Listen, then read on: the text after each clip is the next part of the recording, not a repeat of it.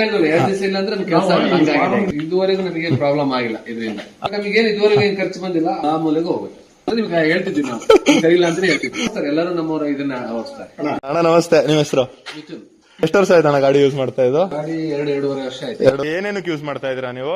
ನಾವು ಅಡಿಕೆ ಗೊಬ್ಬರ ಹೊಡೆಯೋದು, ಸಸಿ ತಗೊಂಬರೋದು, ಕಾಫಿ ಗಿಡ, ತೆಂಗಿನಕಾಯಿ, ಆಲ್ಮೋಸ್ಟ್ ಎಲ್ಲ ಕೆಲಸಕ್ಕೂ ಆಗ್ತೀವಿ.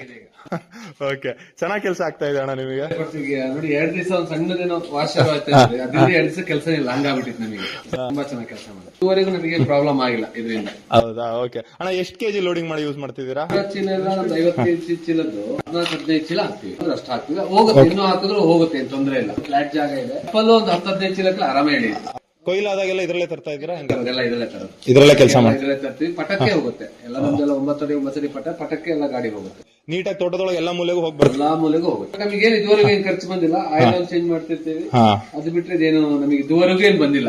ಸ್ಯಾಟಿಸ್ಫ್ಯಾಕ್ಷನ್ ಇದೆ ಅಲ್ವಾ ನಿಮಗೆ ಗಾಡಿದು? ಸ್ಯಾಟಿಸ್ಫ್ಯಾಕ್ಷನ್ ನಿಮ್ಗೆ ಹೇಳ್ತಿದ್ವಿ ನಾವು, ಸರಿ ಇಲ್ಲ ಅಂದ್ರೆ ಹೇಳ್ತಿದ್ವಿ. ಓಕೆ, ಒಟ್ಟು ಟ್ರಾಕ್ಟರ್ ಬಿಟ್ಟು ಎಲ್ಲದರಲ್ಲೂ ಇದರಲ್ಲೇ ಕೆಲಸ ಮಾಡ್ತಾ ಇದ್ದೀವಿ. ಇದರಲ್ಲಿ ಆಲ್ಮೋಸ್ಟ್ ಎಲ್ಲ ಇದೆ.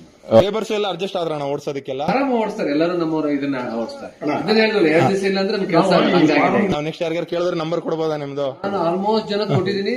ನಾನು ನಿಮ್ ನಂಬರ್ ಕೊಟ್ಟಿದ್ದೀನಿ, ನನ್ನ ನಂಬರ್ ಕೊಡಿ, ನಾನು ಹೇಳ್ತೀನಿ. ಓಕೆ ಓಕೆ ಅಣ್ಣ, ಗಾಡಿ ನೋಡ್ಕೊಂಡು ಹೋಗ್ಬೋದು. ಓಕೆ ಅಣ್ಣ, ಥ್ಯಾಂಕ್ ಯು.